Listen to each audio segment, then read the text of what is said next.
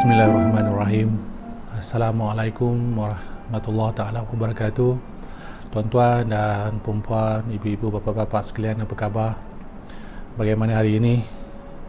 Semakin menghitung hari kita, masa berlalu, dan setiap masa dan saat yang berlalu itu kita kena renung semula tuan-tuan dan puan-puan, apa yang telah kita isikan dengan masa yang telah Allah berikan kepada kita. Adakah kita telah pun menyempurnakan amanah, ataupun kita telah pun melengkapkan perjalanan kita dengan masa yang telah diberikan dengan sesuatu yang memberikan manfaat, yang akan menjadi sebagai pemberat kepada kita untuk mendapatkan timbangan yang akan melayakkan kita masuk ke dalam syurga Allah Subhanahu Wa Taala. Bagaimana tuan-tuan dan puan-puan pencerahan semalam, topik Al-Quran dan akhir zaman. Begitu banyak sebenarnya hin-hin ataupun panduan-panduan yang telah pun Allah sediakan kepada kita, yang telah Allah berikan kepada kita untuk kita dapat berjalan di atas muka bumi dengan sentiasa lengkap dari arti kata lain, lengkap dengan kebahagiaan, lengkap dengan keharmonian, kerana disitulah hasil yang akan diperolehi apabila kita berpandukan kepada Al-Quran. Perjalanan yang sentiasa memiliki begitu banyak kenikmatan dalam aspek keilmuan, dalam aspek kehidupan dan berbagai-bagai lagi, kerana itulah realitinya tuan-tuan dan puan-puan. Apabila kita memposisikan diri kita dengan perjalanan akhir zaman, perjalanan hidup kita berpandukan Al-Quran, maka hujungnya adalah kebahagiaan yang hakiki. Macam mana semalam tuan-tuan dan puan-puan, ramai yang memberikan komen-komen yang positif pada saya, dan ramai juga yang terkejut dengan pendedahan daripada saya. Malah ada juga yang komen-komen yang nakal-nakal lagi, tak putus-putus komen nakal ni. Sampai minta saya jelaskanlah, janganlah banyak sangat berpusing-pusing, jangan metafor, terus bagi jawapan. Jadi nak berfikir pun malas kan tuan-tuan dan puan-puan. Dah dia beritahu dah awal-awal jangan pakai pakaian iblis, masih malas juga lagi. Jadi saya lihat di situ yang buat komen tu iblis lah tu, kerana dia tak senang dengan apa yang saya sampaikan. Yang tak senang dengan apa yang saya sampaikan ni tak ada lain pasti itu iblis. Dan untuk hari ini saya akan sambung tuan-tuan dan puan-puan, kerana semalam kita dah masuk kepada pengenalan. Saya bercerita sedikit tentang sejarah hak dan batil, kerana pertentangan hak dan batil itulah menjadikan punca kenapa kita ada di muka bumi pada hari ini. Dan daripada situ kita telah pun memahamkan, sebagaimana yang saya jelaskan, betapa matlamat utama yang dipegang oleh iblis satu saja. Untuk mencairkan rencana dia kena pastikan kita semua tidak lagi berpandukan Al-Quran. Itu yang saya katakan, dia wujudkan simpang Y, simpang yang akan memisahkan kita tanpa kita sedar. Satu persatu simpang dia sediakan. Simpang Y pertama, simpang Y kedua, berpuluh-puluh simpang Y, beratus simpang Y yang telah disiapkan oleh iblis. Jadi kita telah pun selama ini terpisah dengan tipu daya dan helah daripada iblis. Itulah tuan-tuan dan puan-puan pentingnya kenapa kita kena berpandukan kepada Al-Quran.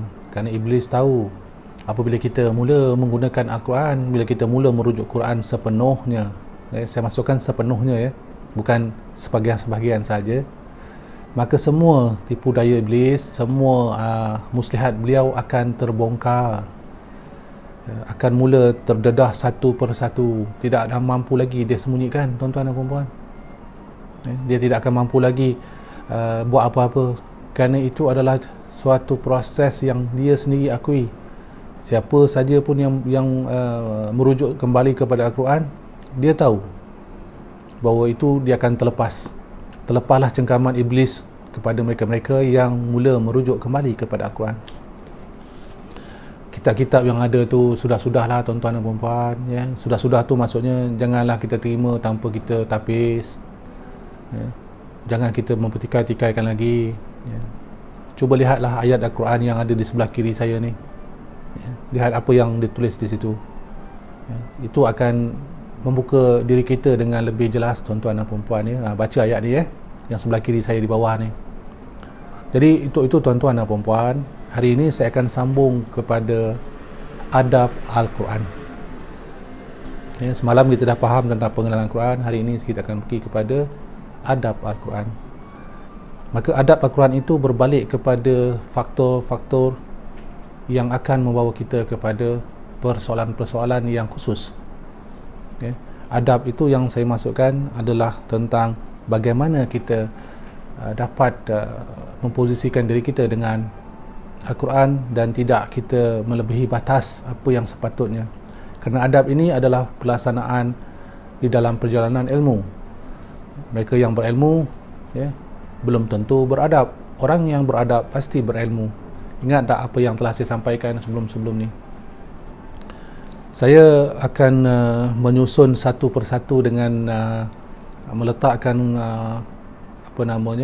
aturan-aturannya, dan daripada situ biar mudah untuk tuan-tuan dan puan-puan membuat kajian bersama-sama. Maka untuk hari ini saya sambungkan dengan adab Al-Quran.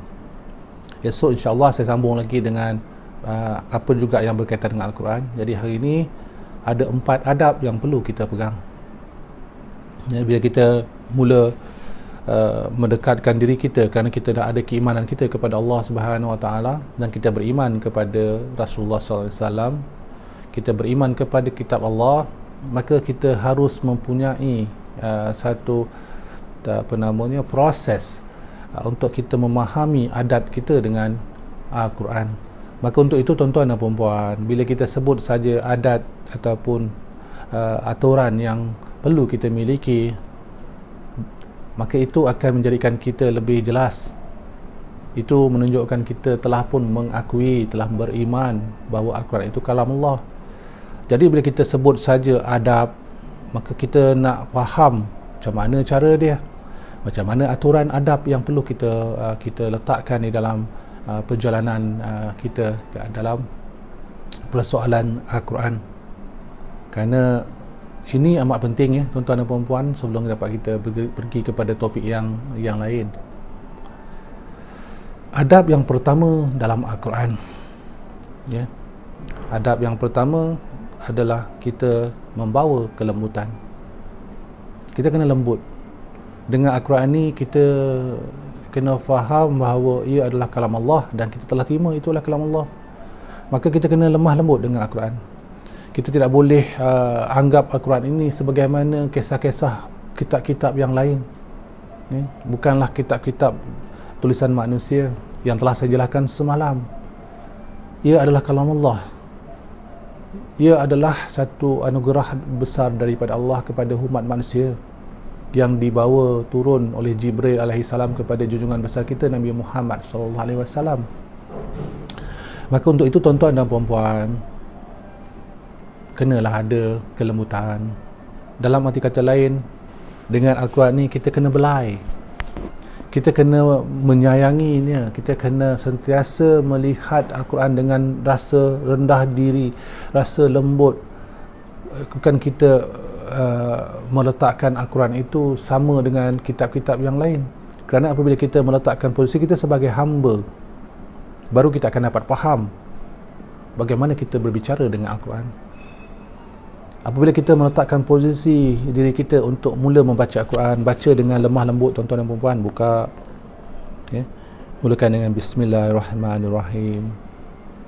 Jadi kita posisikan kelembutan itu pada awalnya, pada peringkat apa yang kita nak lihat, kita nak dekatkan diri kita dengan Al-Quran, kita kena berada pada posisi lembut terlebih dahulu. Kita kena lembut. Kita tak boleh keras di dalam menilai ataupun membuka Al-Quran. Sebab itu kita kena pastikan permulaan kepada adab dengan Al-Quran adalah dengan kelembutan. Tuan-tuan dan perempuan, nak tak nak kena lembut. Macam mana kita lemah lembut dengan anak-anak kita, kita lemah lembut dengan isteri kita, dalam apa juga perkara dengan ayah kita, dengan ibu kita. Ini Al-Quran, tuan-tuan dan puan-puan, kalam Allah. Maka bila kita lihat itu pada proses kelembutan, kalau dengan sesama manusia, sesama keluarga kita boleh lemah lembut, maka dengan Al-Quran lebih daripada itu sebenarnya. Lebih daripada apa yang kita lakukan dengan keluarga kita, dengan isteri kita, dengan kedua ibu bapa kita. Mana Al-Quran yang mengenalkan kita siapa diri kita, yang mengenalkan anak-anak kita, yang mengenalkan siapa ibu bapa kita, dan yang paling penting yang mengenalkan kita siapa pencipta kita. Maka terlalu jauh untuk kita meletakkan perbandingan Al-Quran dengan sifat-sifat makhluk. Ia adalah suatu perkara yang tidak ada tolok bandingnya dalam hidup kita. Maka kita kena menghargainya, tuan-tuan dan puan-puan. Allah beri kita, Allah letakkan kita dalam satu situasi yang sangat-sangat berfaedah dalam kehidupan di dunia apabila Allah berikan kita Al-Quran. Kalau tidak ada Al-Quran, kita tak ada faedah hidup di dunia, tuan-tuan dan puan-puan. Kita akan hancur, kita akan jadi manusia yang melakukan kerosakan di atas muka bumi. Jadi kalau kita renungkanlah, ya, arti kata kelembutan itu tadi, ia akan mencorak diri kita, memahami diri kita tentang sifat baginda Rasulullah sallallahu alaihi wasallam. Rasulullah orangnya sangat lemah lembut, tuan-tuan dan puan-puan. Bahasanya, tutur bicaranya, cara beliau menjawab apa juga persoalan-persoalan, ataupun beliau menjelaskan apa juga perkara kepada sahabat-sahabatnya, kepada musuhnya malah, ia penuh dengan kelembutan. Mana Rasulullah dapat semua sifat tu? Oh, dia memang lahir begitulah, Tuan Pal. Dia memang lahir dengan cara tu, dah lahir-lahir je lembut, dia berjalan lembut aja, dia betul bicara dia. Memang beliau terpelihara, tuan-tuan dan puan-puan, tetapi telah disempurnakan akhlak Rasulullah dengan Al-Quran. Maka Rasulullah telah pun mempraktikkan dalam hidup dia. Itu yang saya katakan tauladan. Rasulullah itu tauladan yang menjadi contoh kepada umat manusia. Maka beliau adalah manusia yang sangat-sangat lemah lembut, penuh dengan kelembutan di dalam setiap urusan kehidupan yang beliau lakukan. Dalam dakwahnya kepada manusia-manusia, sama ada yang bersetuju tak bersetuju, tetap dia lakukan dengan kelembutan. Sehinggalah saat akhirnya tidak mampu lagi melakukan apa-apa, maka dia berperang. Itu pun sampai satu ayat turun, tuan-tuan dan puan-puan. Janganlah engkau khawatiri, sesungguhnya bukan engkau yang melontar Muhammad batu itu, tapi aku yang melontar, kata Allah. Di dalam peperangan, Rasulullah nak lempar batu tu pun tak mampu. Maksudnya nak mencederakan juga tidak ada dalam jiwa dia. Sehingga turun ayat Al-Quran menyatakan sesungguhnya bukan kamu yang melempar ya Muhammad, tetapi aku yang melempar. Untuk menunjukkan betapa lemah lembutnya sifat Rasulullah SAW itu. Kerana itu beliau layak dan beliau telah diberikan Al-Quran untuk mendapatkan suatu laluan kepada umat manusia menuju ke syurga Allah Subhanahu Wa Taala. Jadi kelembutan itu adalah asas ataupun adab yang pertama yang perlu ada di dalam setiap manusia yang ingin bersahabat, yang ingin berkawan, yang ingin mendapatkan segala rahsia dalam Al-Quran. Macam mana, tuan-tuan dan puan-puan, saya buat perlahan-lahan sikit lah, ya. Kerana bila masuk kepada chapter yang begini, jangan sampai keliru, ya. Kerana persoalan-persoalan yang berbalik dengan Al-Quran ini adalah sesuatu yang dinamakan ketetapan. Dia tidak boleh ada keraguan, dia tidak boleh ada sesuatu yang menyimpang daripada kebenaran. Maka itu yang pertama, tuan-tuan dan puan-puan. Yang keduanya, ya, selepas dalam soal kelembutan, dia mesti ada ketegasan. Adab di dalam Al-Quran tegas. Dia tidak boleh berubah fikiran. Dia tegas. Tegas dalam arti kata lain, apabila kita memegang Al-Quran, kita kena tegas dengan diri kita bahawa ini adalah sesuatu yang tidak boleh kita persendakan, yang tidak boleh kita anggap itu sebagai satu cubaan-cubaan ataupun sesuatu yang bertentang daripada realiti.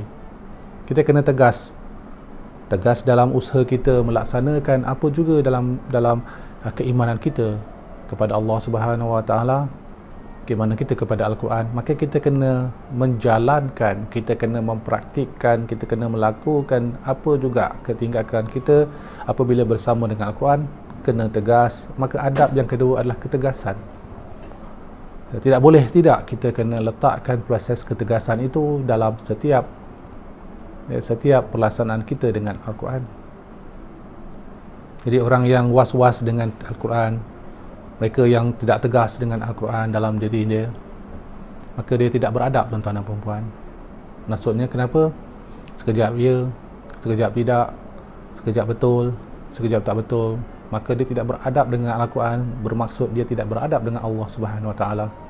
Kejap beriman, paginya beriman, tengah harinya jadi kufur, petang beriman balik, malamnya kufur, pagi esok lagi sambung beriman balik, kerana tidak ada ketegasan. Maka apabila itu berlaku, tuan-tuan dan puan-puan, hilanglah adab dia kepada Allah, hilanglah rahmat dia yang sepatutnya diperolehi daripada Allah Subhanahu Wa Taala. Tuan-tuan dan puan-puan, ketegasan bukan kekerasan ya. Jangan disilap dengan peletakan tegas itu keras. Tegas itu bukan keras. Tegas itu adalah satu proses yang akan menyebabkan kita sentiasa meletakkan kebenaran melebihi apa juga kebatilan. Tegas. Maka untuk menyampaikan ataupun kita memahami tentang Al-Quran, kita kena ada tegasan. Tanpa ketegasan, maka tidak akan capai apa-apa, tuan-tuan dan puan-puan. Itu yang kedua. Apabila kita dah sampai kepada ketegasan, dah lengkap, maka masuklah yang keempat. Ya, tuan-tuan dan puan-puan, kita ada perkara yang keempat, beradab dengan Al-Quran. Kita pastikan diri kita sentiasa bersih dari segala perkara. Bersih dalam arti kata jiwa, bersih dari segi fizikal kita. Sebab itu kalau kita nak pegang Al-Quran, sebaik-baiknya lah ya, bersihkan diri kita ya. Janganlah badan kita kotor ya, kemudian kita pegang Al-Quran. Bukan meletakkan satu itu dalam keadaan yang sebaik-baiknya apabila kita tidak membersihkan diri kita terlebih dahulu. Maka dengan Al-Quran, atas tujuan membersihkan diri kita, tuan-tuan dan puan-puan, Al-Quran akan membersihkan diri kita. Namun begitu, kita kena bersedia dengan bersih terlebih dahulu. Fizikal kita kena bersih ya. Artinya, jika badan kita tu tak bersih, pergilah bersihkan dulu ya. Jika tak bersihkan, kita tak hormat dengan Al-Quran ya. Dah bersih, itu yang dikatakan ambil wuduk ya, bersih. Tak ambil wuduk pun tidak ada masalah sebenarnya. Tetapi kalau kita membuat sesuatu itu dengan memposisikan kebersihan terlebih dahulu, itu kan baik, tuan-tuan dan puan-puan ya. Jadi kita dah anggap dan telah terima Al-Quran itu semulia-mulianya kitab ya, kalam Allah. Maka adabnya adalah dengan memastikan kita bersih. Hati kita kena bersih, jiwa kita kena bersih daripada sebarang prasangka. Kita kena bersih daripada sebarang keraguan apabila kita meletakkan Al-Quran sebagai posisi untuk menjadi sebagai sumber kepada perjalanan hidup kita di atas muka bumi.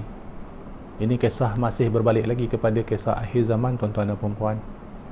Maka untuk itu, tuan-tuan dan puan-puan, apa juga yang kita lakukan, di dalam apa juga asasnya, bila kita meletakkan proses kepada Al-Quran, perkara yang ketiga, kena bersih ya, tuan-tuan dan puan-puan. Ini yang perlu kita fahami, ini yang perlu kita laksanakan dalam hidup kita, dalam apa juga situasi. Tidak ada cara yang lain. Adab itu tetap adab yang perlu kita pegang. Adab yang akan menghubungkan kita dengan Allah, iaitu Allah itu maha bersih. Allah itu tidak ada sesuatu pun yang meletakkan proses kekotoran. Kita manusia yang akan memilih kekotoran apabila kita tidak mahu menjalankan adab, memegang adab yang ketiga, iaitu adab yang berbalik kepada kebersihan. Tuan-tuan dan puan-puan, bagaimana jika tuan-tuan dan puan berbicara ataupun sedang bersembang dengan kawan-kawan, salah seorangnya itu badannya berbau, ya, bau bawah lengan dia tu pahit, ya, dengan begitu tengik, kata orang Johor kata tengik, ya. Boleh tak tuan-tuan dan puan bersembang, berdiskusi dengan tenang, dengan rasa selesa? Contoh, kita bersolat, kita pergi solat sebelah kita, bersolat sebelah kita, tetapi badannya kotor dengan bau yang begitu mencucuk hidung kita. Apa yang perlu kita buat masa tu? Dah tengah solat, takkan kita nak keluar daripada barisan saf tu? Tapi kita tidak akan selesa dengan keadaan jika kita dikelilingi dengan mereka-mereka yang kotor, ya, bau yang kotor. Jadi di situ kenapa pentingnya kita memahami tentang adab. Kebersihan ini adalah untuk memahamkan posisi kita, supaya jangan kita meletakkan situasi sebagaimana yang saya katakan tadi. Kalau kita sendiri yang berbau, badan kita berbau, duduk dalam majlis, bagaimana rasanya? Maka apabila berbau dengan bau-bau yang tidak sedap, yang tidak enak, bermakna kita tidak menjaga kebersihan.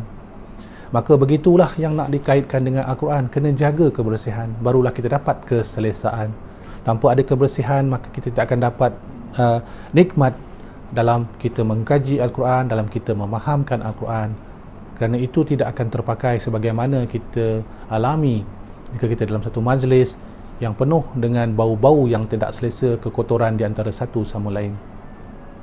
Dia nak makan ni, makan sama-sama, tapi tengok kuku dia, ya Allah ya Rahman, kuku dia panjang hitam.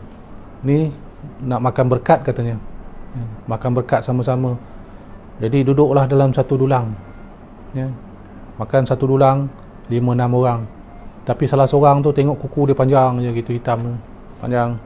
Rasa-rasanya tuan boleh makan tak? Tak apalah Tuan Pal, ini sebenarnya berkat tuan-tuan, makan berkat, ini makan cara Nabi. Itu saya tak nak membahas lagi, ya. Saya bagi contoh saja. Betul tak betul cara makan Nabi begitu tu saya tak nak bahas dulu, nanti dulu kemudian. Tapi saya nak bercerita tentang kebersihan. Jadi dia pun mula meramas lah, makan, ambil gaul sana, gaul dengan kuku dia hitam lagi. Tapi kerana kita kata ukhuwah, kita kata silaturahim, sahabat setia, kerana kita sama-sama berjuang, tapi kuku dia panjang hitam, kerana itu kita nampak, kita sedar itu adalah sesuatu yang kotor. Tapi kerana kita nak jaga perasaan kawan kita, kita nak jaga perasaan sahabat kita, kita pun sama-sama makan. Sudahnya dapat penyakit tuan-tuan dan puan-puan. Kenapa? Kerana itulah asas dia, kotoran akan membawa penyakit. Jadi inilah kadang-kadang kita tak mahu posisikan diri kita dengan realiti.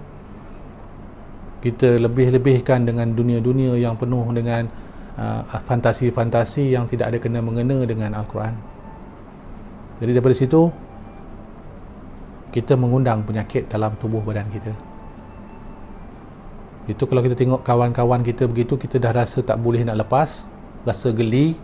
Bagaimana pula jika kita sendiri mempunyai sifat sedemikian, kuku kita panjang, ya, kemudian kita pun gaul nasi, kita makan. Jadi itu tuan-tuan dan puan-puan, perkara yang ketiga, kebersihan ini sangat penting, ya, untuk kita memahami adab Al-Quran.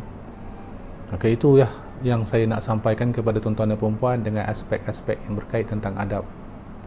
Yang keempatnya, yang keempat adalah tentang persoalan yang selalu kita lupa, yang selalu kita lakukan tanpa kita sedar, ya, tentang adab kepada Al-Quran, iaitu kita kena tenang, ya. Kita kena tenang. Untuk kita memahami, kita kena tenangkan diri kita. Adab dengan Al-Quran ini jangan kelang kabut, jangan gelojoh, ya, jangan kita huru-hara dalam kita berdiskusi dengan Al-Quran. Kita kena tenang, tarik nafas panjang-panjang, lepas, tarik, lepas itu bukalah Al-Quran. Kalau kita tidak mulakan diri kita dengan ketenangan, kalau kita tidak mulakan dengan diri kita dengan rasa yang harmoni, maka kita akan berada dalam posisi yang sukar untuk kita mendapat hakikat realiti dalam hidup kita. Kerana Al-Quran itu membawa ketenangan kepada kita, tuan-tuan dan puan-puan. Tetapi kita kena tenang dulu. Itu yang dikatakan, yang difirman oleh Allah Subhanahu Wa Taala. Kaum-kaum atau bangsa itu tidak akan dapat merubah apa yang ada pada diri mereka kecuali mereka ubah terlebih dahulu apa yang ada pada diri mereka. Allah takkan ubah, mereka kena ubah dulu. Dan bila mereka dah ubah, barulah Allah akan ubah. Jadi faham tak di sini maksudnya? Artinya kalau kita nak tenang, pasti Al-Quran itu akan memberikan kita ketenangan. Tetapi kita kena mulakan dulu, ubah dulu, tenangkan diri kita dulu. Walau sedikit sekalipun, tarik nafas dulu, istighfar banyak-banyak, astaghfirullahalazim, astaghfirullahalazim, astaghfirullahalazim. Baru kita buka Al-Quran. Jangan kita terus buka Al-Quran begitu. Jangan terus kita langgar sahaja. Itu adab, Maka kita buka Al-Quran perlahan-lahan. Selepas kita rasa kita dah tenang. Sebenarnya belumlah setenang-tenangnya, cuma maksud saya mulakanlah dengan ketenangan, kerana itu adabnya. Maka selepas itu bila buka Al-Quran, kita buka saja Al-Quran, kita akan dapat ayat-ayat yang kita baca, kita akan memberikan kita ketenangan yang hakiki, ketenangan yang sempurna. Kerana apabila kita melihat Al-Quran, kita akan dapat semua jawapan-jawapan yang kita cari selama ini. Maka kita akan tenang, tuan-tuan dan puan-puan. Maka untuk itu kita tidak akan ada lagi keraguan, kita tidak akan lagi rasa gelisah, kita rasa macam tak kebah dalam apa juga keadaan, kerana kita telah pun diberikan petunjuk dan telah pun diberikan oleh Allah Subhanahu Wa Taala jawapan kerana kita membuka Al-Quran. Maka ketenangan itu sangat penting di dalam soal untuk kita memahami dan untuk kita melaksanakan hidup kita dengan Al-Quran. Maka itulah perkara ataupun adab yang saya maksudkan di dalam kita menilai persoalan yang berbalik kepada adab Al-Quran. Boleh faham tuan-tuan dan puan-puan? Lembut, kelembutan, kena ada. Kemudian kita ada kebersihan, kita ada ketenangan, sebagaimana yang saya katakan tadi. Maka dengan adanya adab ini, tuan-tuan dan puan-puan, dengan ada semua ini, ketegasan yang kita miliki, maka adab itu akan dihimpunkan menjadi pakaian kepada kita untuk kita mula memahami realiti Al-Quran. Al-Quran itu tidak hanya disebut dibaca dalam satu waktu. Al-Quran itu adalah suatu sumber yang kita perlu pegang sampai bila-bila dalam setiap masa. Tidak boleh kita tinggalkan, tidak boleh kita nafikan. Namun begitu, adabnya itu perlu kita jaga, perlu kita pelihara terlebih dahulu. Bagaimana tuan-tuan dan puan-puan? Mudah tak? Saya percepatkan, saya lajukan sikit tentang adab kerana saya nak masuk kepada topik yang saya nak masuk bahagian yang seterusnya. Kerana dalam aspek kita berhubung ataupun berurusan ataupun kita memahamkan Al-Quran, kita berhadap dengan kalam Allah. Bila nak berhadap dengan kalam Allah ni, kena ada adab lah. Berhadap dengan adab, barulah kita boleh masuk kepada persoalan-persoalan yang lain. Barulah kita boleh mengkaji Al-Quran, barulah kita boleh memahamkan Al-Quran. Sebab kita dah ada adab dia, kita dah jaga diri kita, susunkan diri kita betul-betul untuk kita mula membuka Al-Quran. Jadi sebab itu hari ini saya mulakan dengan adab terlebih dahulu, supaya tuan-tuan dan puan-puan dapat memahami apakah yang perlu dilakukan terlebih dahulu sebelum tuan-tuan dan puan-puan menyusuri mengkaji Al-Quran. Saya bawa kisah ni kerana ini adalah atas kajian saya, ya tuan-tuan dan puan-puan, yang telah saya nyatakan semalam. Saya bermula dengan jahil, saya bermula dengan suasana yang tidak mengetahui, ataupun dalam arti kata lain saya menolak, menentang kebenaran Al-Quran. Maka apabila saya lakukan sedemikian, saya mencari setiap kesilapan macam saya katakan semalam, namun tak saya jumpai, saya tak temui semua tu. Daripada situ ia telah mula memberikan saya jawapan satu persatu, dan daripada situlah baru saya dapat faham rupanya Al-Quran ini ada adabnya, Al-Quran ini ada caranya yang perlu kita pegang untuk kita dapat merungkai, mencongkir rahsia-rahsianya yang sebenarnya sangat jelas dan nyata. Jika kita mahu mulakan diri kita dengan memakai pakaian Al-Quran, pakaian-pakaian iman, pakaian-pakaian takwa, yang mana itu adalah asas kepada kehidupan kita di atas muka bumi sebagai orang Islam, tuan-tuan dan puan-puan. Jadi masa Bayu dah tempuh, masa Bayu dah berjalan dengan begitu banyak situasi liku-liku yang akhirnya masa Bayu melihat ini sebagai satu amanah yang boleh dikongsikan dengan semua, tuan-tuan dan puan-puan. Memang beratlah untuk saya berkongsi dengan tuan-tuan dan puan-puan, kerana atas hakikatnya persoalan Al-Quran ini adalah persoalan yang sangat sensitif. Tetapi dalam sensitif itu tadi, ia bukanlah perkara yang boleh kita sembunyikan, tak boleh kita simpan sendiri-sendiri. Apa yang kita tahu, kita kena berpesan-pesan. Di dalam Al-Quran dah dijelaskan, berpesan-pesan kepada kebaikan, kita kena beritahu, kita kena sampaikan. Namun cara penyampaian itu biarlah jelas. Maka di sinilah datangnya hakikat cerita masa Bayu tentang adab Al-Quran. Boleh faham ya tuan-tuan dan puan-puan? Okey. Saya nak bawa satu cerita lah. Saya nak bawa satu kisah bagaimana persoalan Al-Quran ini, adab itu telah pun merubah diri saya. Saya suka berceloteh ataupun berkias dengan tuan-tuan dan puan-puan apabila saya mengupas Al-Quran. Kerana bagi saya, sekadar bercerita tanpa memberikan suatu pencerahan yang boleh difahami, dipraktikkan oleh sesiapa sekalipun, maka itu hanyalah cerita-cerita yang sedap didengar tetapi sukar untuk dilaksanakan. Jadi saya nak bercerita tentang kisah saya, bukan kerana saya nak menunjuk-nunjuk diri saya bagaimana, tetapi lebih mudah saya bercerita tentang kisah yang saya sendiri tempuhi, supaya dengan kisah ini dapat kita fahami persoalan ataupun topik tentang Al-Quran. Lebih-lebih lagi hari ini saya nak bercerita tentang adab Al-Quran.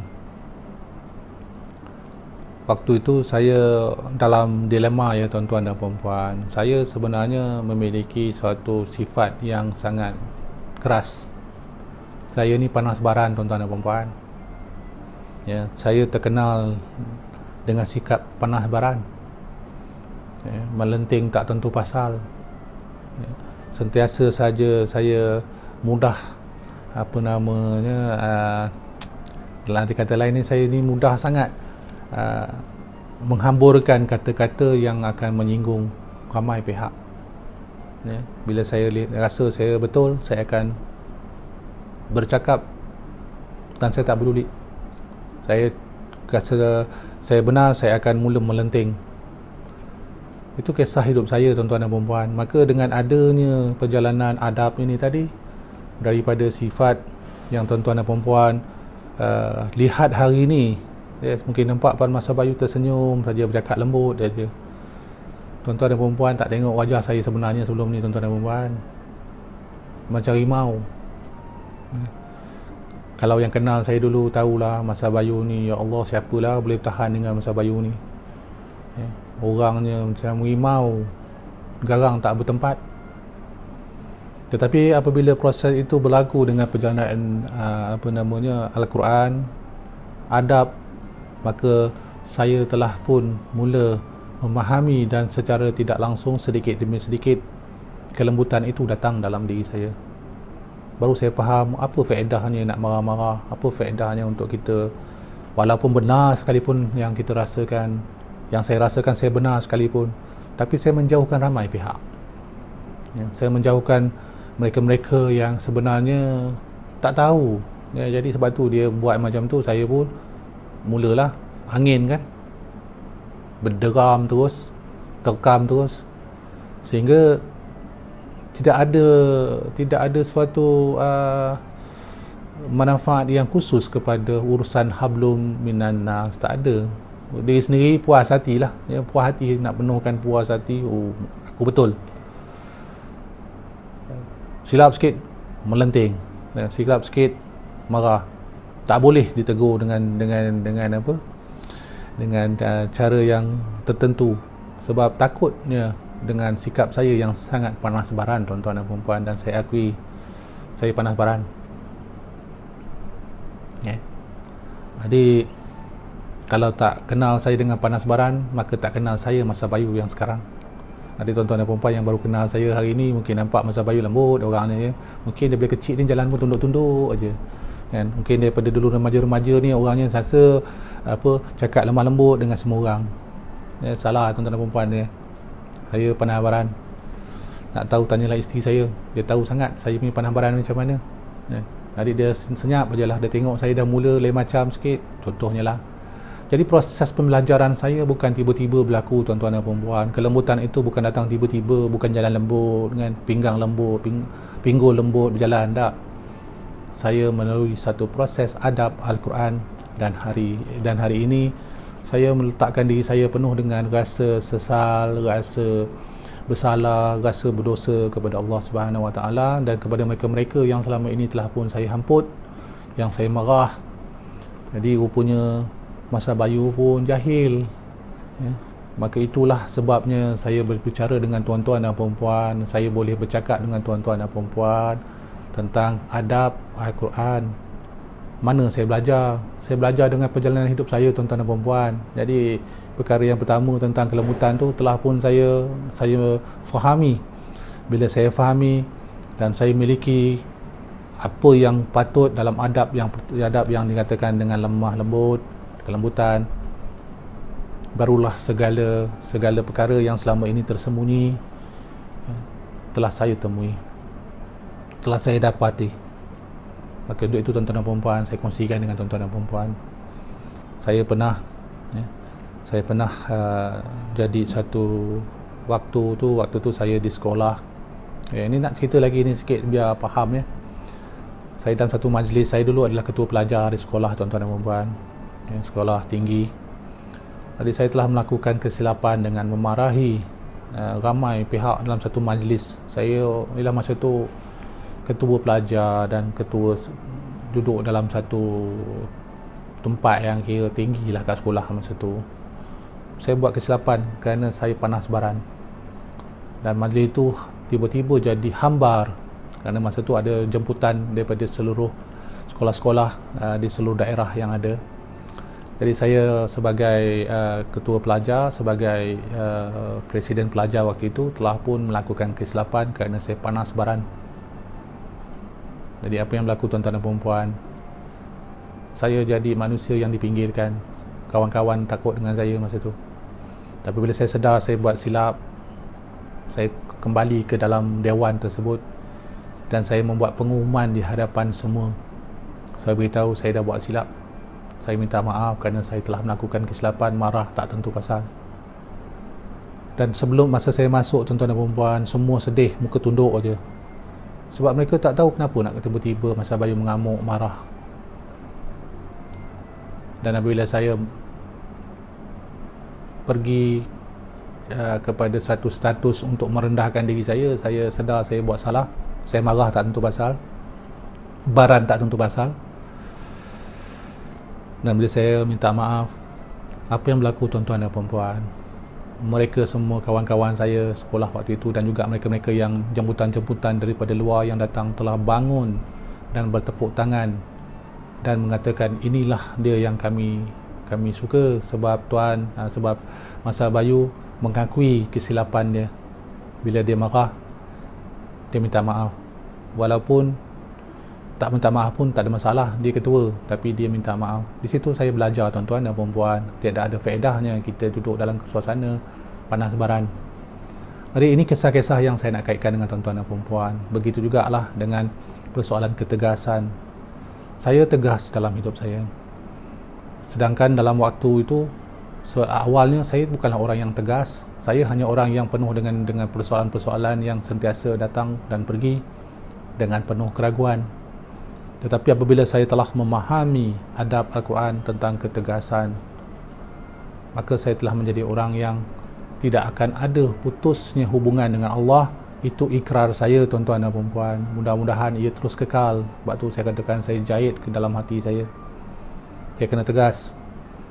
Saya kena tegas dalam apa juga keadaan, sehingga saya telah pun difitnah, ya, ditohmah, dicerca, dimaki dengan berbagai apa juga situasi, sampai saya dituduh dengan suatu tuduhan yang telah menghancur luluhkan hubungan saya dengan masyarakat, menghancur luluhkan maruah saya dalam keluarga dan semua.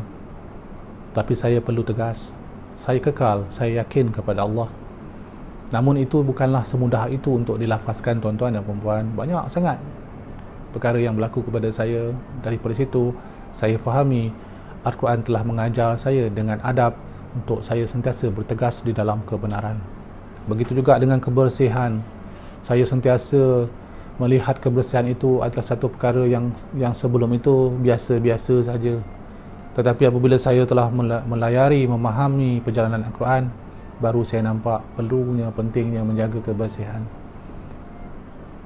Jadi tuan-tuan dan puan-puan, banyak sebenarnya kalau kita nak kaji, kalau kita nak fahamkan pada diri kita, ya. Kalau kita nak jelaskan diri kita, nak cari ketenangan, yang saya katakan adab itu pun, kalau kita tidak ada kefahaman, tidak memulakan pada diri kita sendiri, maka kita tidak akan dapat apa-apa. Maka kisah adab yang saya sampaikan kepada tuan-tuan dan puan-puan adalah kisah yang sangat-sangat penting, dekat dalam diri kita sebelum kita mula membuka Al-Quran. Semua kisah yang saya sampaikan kepada tuan-tuan dan puan-puan itu adalah atas perjalanan saya. Jika tuan-tuan dan puan-puan merasakan apa yang saya sampaikan ini boleh dilaksanakan pada diri tuan-tuan dan puan-puan, dan saya pasti tuan-tuan dan puan-puan boleh melaksanakan malah lebih baik daripada saya, maka apa salahnya, tuan-tuan dan puan-puan?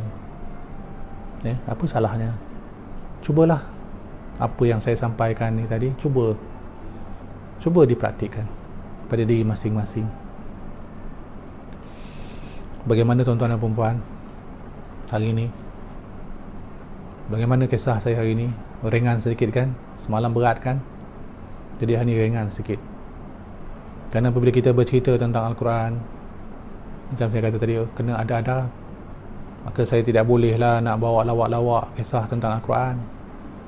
Tak bolehlah nak buat cerita-cerita lucu-lucu, kisah-kisah yang menggelikan hati, kisah-kisah yang menggeletik hati kita. Sebab kisah-kisah yang bawa cerita-cerita lucu ni bukan cara masa bayu. Jadi sesiapa yang rasa nak mendengar celoteh saya tentang kelucuan, tak maaflah tuan-tuan dan puan-puan, saya tak boleh. Kerana hidup saya ni penuh dengan persoalan ketakutan. Bila saya takut dengan Allah, saya takut dengan azab Allah, tak ada masa saya nak lucu. Cuma saya sentiasa tersenyum, sentiasa merasakan penuh dengan senda gurau. Itu berlaku selepas saya memahami adab Al-Quran. Itu saya fahami setelah saya menelusuri kehidupan saya dengan Al-Quran. Tuan-tuan dan puan-puan, saya nak sentuh banyak lagi sebenarnya. Banyak sangat perkara yang nak saya kongsikan dengan tuan-tuan dan puan-puan. Namun saya sekali lagi bermohon kepada tuan-tuan dan puan-puan, berfikirlah. Jangan minta jawapan dengan saya, terus nak dapat jawapan. Pada masa bayu ni asyik bercakap macam metafor, bercakap tak jelas, berkias-kias.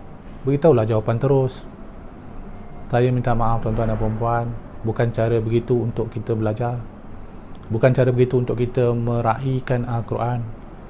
Allah beri kita akal fikiran untuk kita berfikir terus, merungkai, mencari, kerana ilmu itu perjalanan. Jangan minta jawapan.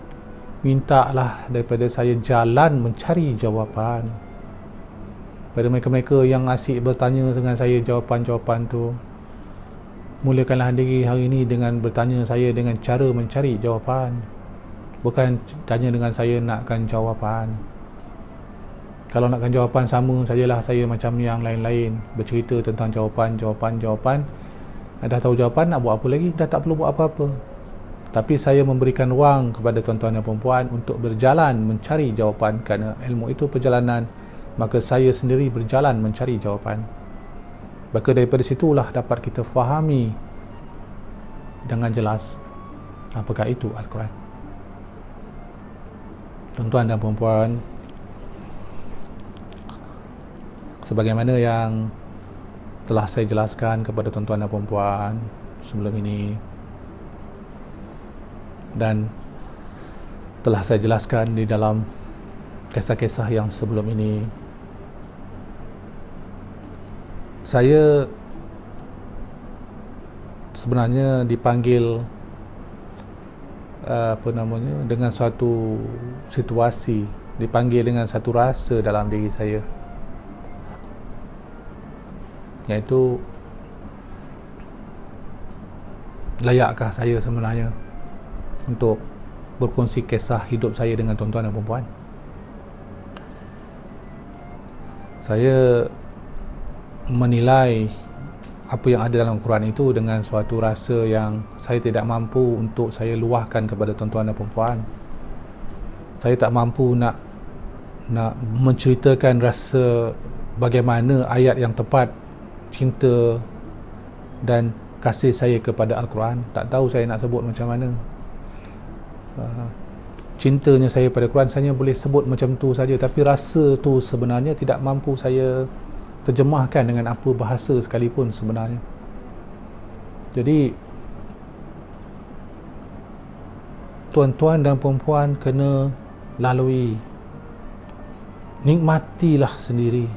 Nikmat tuan-tuan dan puan-puan Al-Quran ini bila kita mula buka Al-Quran, kita mula baca Al-Quran, bila kita mula mengkaji, mengikut adab yang telah saya nyatakan kepada tuan-tuan dan puan-puan, tuan-tuan dan puan-puan akan dapat faham apa yang cuba saya sampaikan kepada tuan-tuan dan puan-puan. Betapa penuh dengan kenikmatan yang tidak ada tolok bandingnya bila kita mula dekatkan diri kita dengan Al-Quran. Segala perkara, segala masalah hidup kita, segala perkara yang selama ini membelenggu jiwa kita, dia pergi tuan-tuan dan puan-puan, hilang tanpa berbekas. Itu yang mampu saya jelaskan dengan perkataan. Tetapi untuk capai rasa begitu tuan-tuan dan puan-puan, apa yang saya nak sampaikan tu rasanya tak mampu saya nak jelaskan kepada tuan-tuan dan puan-puan. Kerana itu bahagian tuan-tuan dan puan-puan yang perlu berjalan. Mulai daripada hari ini, cubalah bagi 7 hari. Cuba bagi 7 hari ini tuan-tuan dan puan-puan buat apa yang telah saya sampaikan. Mulai daripada sekarang. Daripada situ tuan-tuan dan puan-puan akan alami sendiri apa yang saya alami. Itu yang dapat saya katakan tentang Al-Quran. Sebab itu saya bercerita tentang adab Al-Quran. Adab itu bila tuan-tuan dan pakai, itulah yang saya pakai. Apabila tuan-tuan dan puan-puan nak fahami apa yang difahami oleh baginda Rasulullah SAW, itulah yang akan kita fahami. Tidak akan mampu kita nak bercerita apa yang kita rasa, tapi kita mampu memberi tunjuk kepada mereka merasakan apa yang kita rasa. Rasulullah SAW tidak mampu menceritakan betapa cinta dan kasih sayangnya kepada Allah, kepada umat-umat dia. Dia tak mampu nak bercerita sebab terlalu besar, terlalu indah. Macam kita makan buah dah tuan-tuan dan puan-puan, nak cerita kat orang sedap buah tu macam mana, kita tak ada satu pernyataan yang boleh kita sampaikan kepada mereka. Cuma kita bagi mereka, nah makanlah buah ni. Bila mereka tu makan buah yang kita makan sebelum tu dengan rasa nikmat kita, maka kita lihatlah wajah mereka yang makan tu tadi, dan lepas tu kita bertanya dengan mereka, macam mana buah tu? Maka dia akan kata, sedaplah buah ni. Maka sedap itu datang atas diri mereka tuan-tuan dan puan-puan, diri kita, diri tuan-tuan dan puan-puan. Maka saya tidak mampu bercerita tentang perkara yang tidak ada kapasiti untuk saya sampaikan kepada tuan-tuan dan puan-puan. Tuan-tuan dan puan-puan yang akan menempuh merasa nikmat itu tadi. Namun inilah pentingnya adab Al-Quran yang saya sampaikan dalam persoalan akhir zaman. Walaupun kita pegang Al-Quran, kita rasa kita dah ambil Al-Quran, kita dah baca Al-Quran, tetapi kita tidak ada adab Al-Quran, itu juga akan jadi sesuatu yang sia-sia tuan-tuan dan puan-puan, tak beradab. Maka kita tidak hormat kepada Allah dan Rasulnya. penghormatan patut kita beri terlebih dahulu untuk kita mendapatkan sesuatu daripada Tuannya. Tuannya itu adalah Allah Subhanahu Wa Taala, Tuan kepada Al-Quran, Tuan kepada kita. Maka kita kena hormat. Maka hormat itu datang dengan pelaksanaan adab, berbudi bahasa, tata susila santun, bersantun, berbicara dengan lemah lembut, melaksanakan dengan ketenangan, membawa diri kepada kebersihan, dan sentiasa dalam keadaan tegas di dalam soal-soal syariat, soal-soal yang berkait dengan Allah, bukan keras.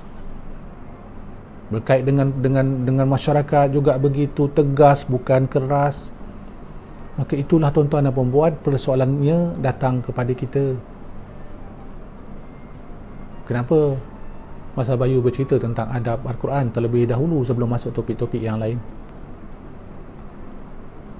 Bukan banyak kan, saya bagi 4 aja. Cubalah. Dah catat kan? Dah tulis kan? Maka daripada apa yang telah dicatat, yang dah ditulis ni tadi, perhatikan. Buat dalam diri sendiri. Mula carilah Al-Quran.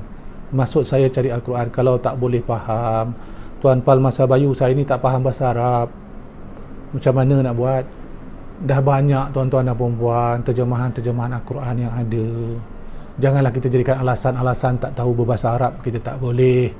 Kerana Al-Quran itu universal. Memanglah diturunkan dalam bahasa Arab sebab Rasulullah itu orang Arab. Kalau Rasulullah hari ini orang Melayu, dia jadi bahasa Melayu. Tetapi daripada bahasa Melayu akan diterjemah kepada bahasa lain. Sebagaimana Arab diterjemah kepada bahasa Inggeris, bahasa Melayu, bahasa Urdu, bahasa Sepanyol, bahasa Perancis, bahasa Jerman, bahasa Cina. Semua bahasa dah ada sekarang tuan-tuan dan puan-puan. Dah 1000 tahun lebih. Dah 1000 tahun lebih dah begitu ramai ilmuwan-ilmuwan yang telah mengkaji bahasa, yang telah pun menterjemahkan bahasa itu dalam bahasa masing-masing. Maka carilah terjemah Al-Quran, bukan cari tafsir Al-Quran ya tuan-tuan dan puan-puan, jangan salah faham. Masa Bayu maksudkan terjemahan Al-Quran. Pegang Al-Quran dan cari juga yang ada terjemahannya. Maksudnya tadi terjemahan yang telah pun disahkan oleh mereka-mereka yang ahli di dalam bahasa. Tak begitu?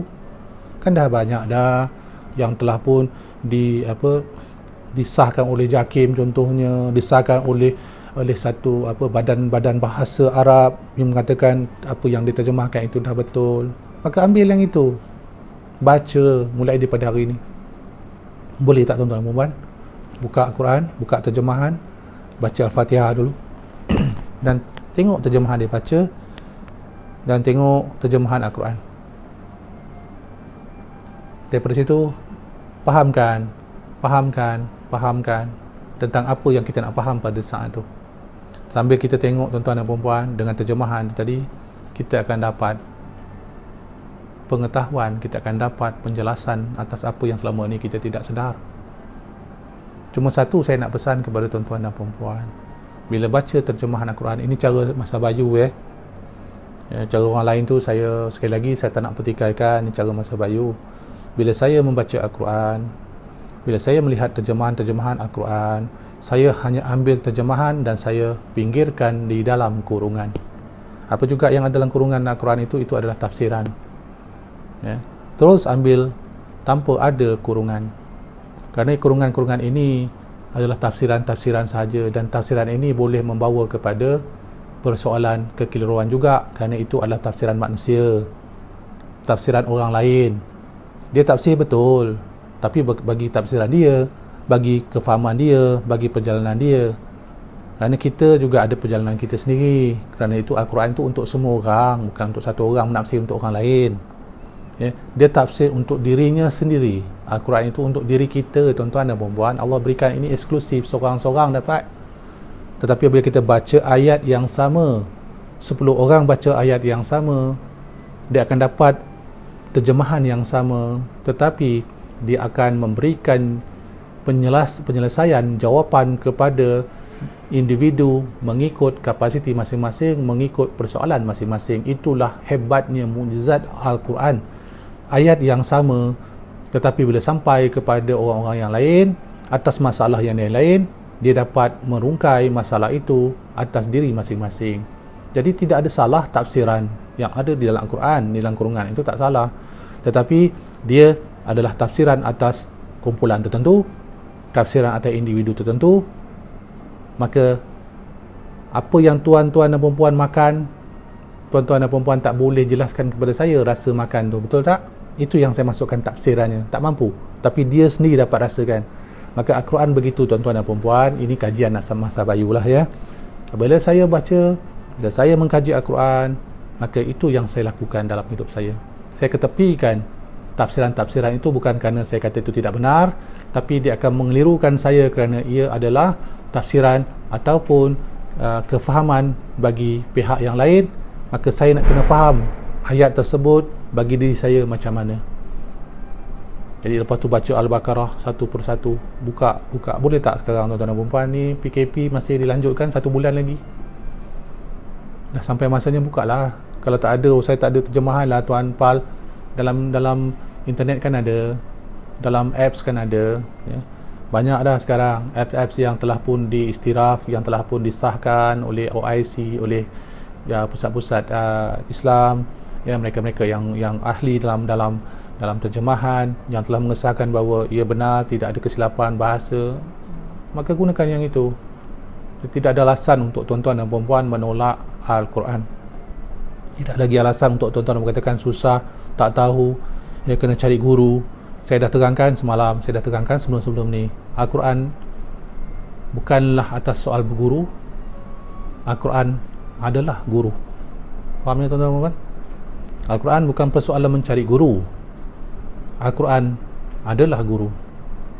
Itulah yang arwah Pok Long saya pesan kepada saya. Bila saya bertanya dengan beliau, Pok Long selalu mencari guru. Pok Long kan guru, Pok Long kan sebaik-baik guru untuk Cam. Dan saya bercakap dengan Pok Long saya lah, arwah Pok Long saya. Dan bagaimana biasa dia senyum, dia usap kepala saya, dia kata, Cam, Pok Long bukan guru, Pok Long ajar Cam macam mana mencari guru. Jadi kalau Pok Long kata mencari guru, mana guru untuk Cam Pok Long? Yang ada depan Cam tu, itulah guru Cam. Apa dia? Al-Quran. Maka Al-Quran itu adalah guru kita tuan-tuan dan perempuan. Bukan kita cari guru untuk berguru dengan manusia dan untuk kita faham, kerana Al-Quran itu adalah guru kita, guru kepada Rasulullah. Maka nak cari guru yang mana satu lagi untuk kita fahamkan. Namun untuk itu kita nak berguru dengan Al-Quran, macam kita berguru dengan sesiapa sekalipun, kenalah jaga adab, kenalah ada jaga tertib kita, jagakan tingkah laku kita. Maka di sinilah pentingnya adab Al-Quran, kerana Al-Quran adalah guru kita. Al-Quran lah yang menunjuk cara macam mana kita nak kenal diri. Al-Quran lah yang akan menunjuk cara bagaimana kita nak mengenal realiti, mengenal Allah, mengenal Rasulullah, mengenal malaikat ya, mengenal tanggungjawab kita di atas muka bumi. Jadi janganlah kita terpedaya dengan iblis. Oh, kau kena cari guru, kau kena cari orang tu lebih alim, lebih arif tentang apa yang patutnya kau tahu. Memanglah dia arif atas diri dia, arif atas apa yang dia miliki, tetapi adakah dia arif tentang orang lain? Maksud saya, bolehkah tuan-tuan dan perempuan tahu macam mana saya punya rasa ataupun saya punya posisi bila saya buat sesuatu? Tuan-tuan boleh tahu ke apa yang saya makan? Contohnya, tuan-tuan boleh tahu rasa ke apa yang saya makan? Maka tuan-tuan hanya nampak saya makan, tapi tuan-tuan dan perempuan tak boleh tahu dan boleh rasa apa yang saya rasa masa saya makan atas individu. Maka apapun yang kita nak faham tentang Al-Quran, tuan-tuan dan perempuan, tidak ada perantaraan kita dengan Allah. Al-Quran berulang-ulang kali, Al-Quran telah pun jelas, dia menunjuk jalan ya. Janganlah kita jadi golongan-golongan yang mereka-reka, golongan-golongan yang sentiasa merasakan diri dia benar, macam ayat di bawah ni, sebelah ni, mencipta-cipta kitab-kitab yang lain, kemudian dia mengatakan mereka itu benar. Maka itulah peranan iblis. Dia suruh kita merujuk dengan pihak-pihak yang entah mana-mana kita pun tak tahu. Sedangkan Al-Quran itu sangat jelas, sangat terang, sangat nyata, boleh kita dapatkan posisi yang sepatutnya yang ingin kita capai dalam hidup kita. Mohon pada Allah. Itu dikatakan serahkan diri kamu bulat-bulat kepada Allah. Sami'na wa ta'na, dengar dan taat perintah Rasulullah. Kenapa kita hilang keyakinan diri? Kenapa kita berikan diri kita kepada pihak yang lain? Kita tak percaya kepada Al-Quran ke tuan-tuan dan puan-puan, itu kalam Allah? Kita tak yakin ke bahawa Al-Quran itu guru pada kita? Jika itu yang berlaku pada tuan-tuan dan puan-puan yang masih lagi mempertikaikan perlu sana, perlu sini, tuan-tuan dan puan-puan, Masa Bayu nak pesan sekali lagi, tuan-tuan dan puan-puan, dah makan pil hayal yang diberikan oleh iblis. Al-Quran itu bukan untuk jual beli. Al-Quran itu bukan sebahagian untuk sana dan sini. Al-Quran itu dah lengkap sempurna untuk kita buka dan kita kaji dan kita fahami apakah yang perlu kita lakukan. Untuk itu tuan-tuan dan puan-puan, dengan penjelasan saya ini, apa yang dapat saya rumuskan kepada tuan-tuan dan puan-puan? Apa yang dapat kita telah yakini, imani, yakni Al-Quran adalah satu-satunya kitab yang tidak boleh kita perbandingkan dengan yang lain. Kita meyakini bahawa kita beriman kepada Allah dan Rasulnya. Jangan jadi sebagaimana golongan yang di bawah ni, yang akan menjadi pihak-pihak yang sentiasa nak melembabkan kita dalam keadaan yang lemas, dalam keadaan yang jadi bodoh, supaya mereka ini sentiasa diagung-agungkan, supaya mereka ini sentiasa merasa diri mereka itu diperlukan. Bila mereka diperlukan, maka kita akan sentiasa merujuk kepada mereka, dan kita lupa untuk merujuk kepada Al-Quran. Jadi daripada situ berlakulah situasi di mana berpuak-puak, wujudlah situasi perpecahan. Maka untuk itu tuan-tuan dan puan-puan, topik hari ini adalah topik yang berbalikkan kita kepada persoalan kita untuk keluar daripada belenggu-belenggu, rantai-rantai yang telah dipasang oleh iblis kepada manusia, yang kemudian diheret, dicangkuk hidungnya sebagaimana dicangkuk hidung lembu, dan ditarik masuk ke dalam jurang yang sangat dalam, jurang yang sangat jauh daripada nikmat Allah. Al-Quran tidak boleh kita ketepikan. Mulai daripada hari ini tuan-tuan dan puan-puan, dapatkan Al-Quran. Jika tidak ada, dapatkan naskah Al-Quran yang ada terjemahan. Tak cukup itu, cari, berikan kepada anak-anak kita. Ajarlah anak-anak kita daripada sekarang. Mulai daripada hari ini, lepas solat, buka Al-Quran, buka terjemahan, bacakan kepada anak-anak kita. Terangkan kepada mereka, terangkan kepada isteri-isteri kita, terangkan kepada sahabat-sahabat kita jika kita bertemu. Bawalah Al-Quran ke mana-mana di dalam perjalanan tuan-tuan dan puan-puan. Jadikanlah Al-Quran itu sebagai guru kita. Jadikanlah Al-Quran itu sebagai teman kita.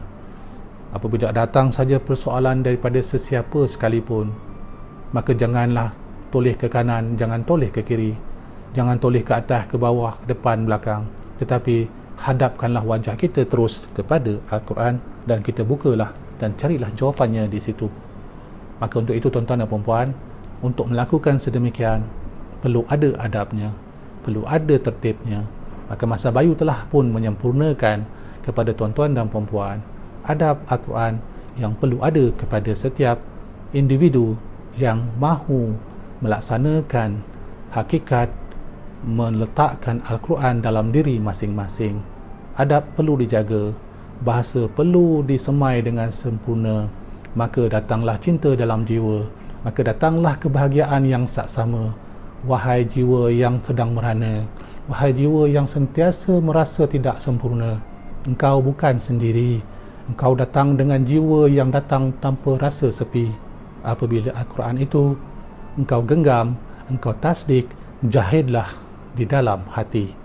Assalamualaikum. Salam sejahtera daripada saya, Masa Bayu.